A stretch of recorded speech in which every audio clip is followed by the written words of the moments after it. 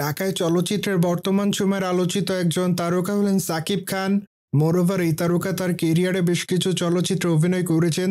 সেখানে অবশ্য তার অভিনয় তার অনুরাগীদের কাছে ভালো লেগেছে, আর এই জন্য অবশ্য অল্প সময় ঢাকায় চলচ্চিত্রে কিং খান হিসেবে পরিচিতি লাভ করেন। মোরওভার ঢাকায় চলচ্চিত্রে এই তারকাকে আগামীতে তুফান চলচ্চিত্রে অভিনয় করতে দেখা যাবে।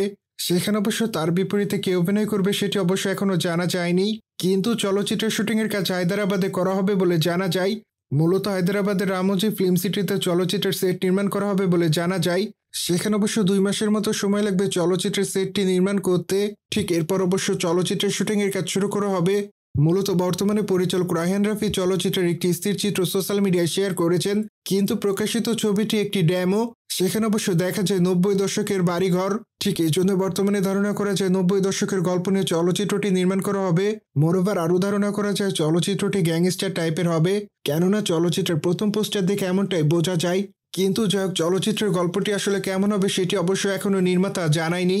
পায়দই ঢাকায় চলচ্চিত্রের তারকা সাকিব খান বর্তমানে রাজকুমার চলচ্চিত্রের শুটিংয়ের কাজ করছেন। সেখানে অবশ্য তার বিপরীতে মার্কিন মডেলকে অভিনয় করতে দেখা যাবে। মূলত রোমান্টিক ঘরানার চলচ্চিত্র হবে বলে জানা যায়। ঠিক এই জন্য অবশ্য বর্তমানে তার এই চলচ্চিত্রটির জন্য তার অনুরাগীর অপেক্ষা রয়েছে। মোরওভার সাকিব খান মাত্র কয়েকদিন আগে দরদ চলচ্চিত্রের শুটিংয়ের কাজ করেন। সেখানে অবশ্য সাকিব খানের বিপরীতে সোনাল চৌহানকে অভিনয় করতে দেখা যাবে। মোরওভার পরিচালক অনন্য মামুন চলচ্চিত্রটি নির্মাণ করেন।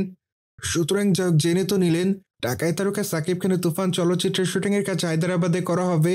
মোরওভার এই বিষয়টি নিয়ে কোনো মতামত থাকলে কমেন্ট বক্সে জানাতে ভুলবেন না। বাই দ্য ওয়ে, চ্যানেলটিকে সাবস্ক্রাইব করে আমাদের সাথেই থাকুন আপকামিং আপডেট জানার জন্য।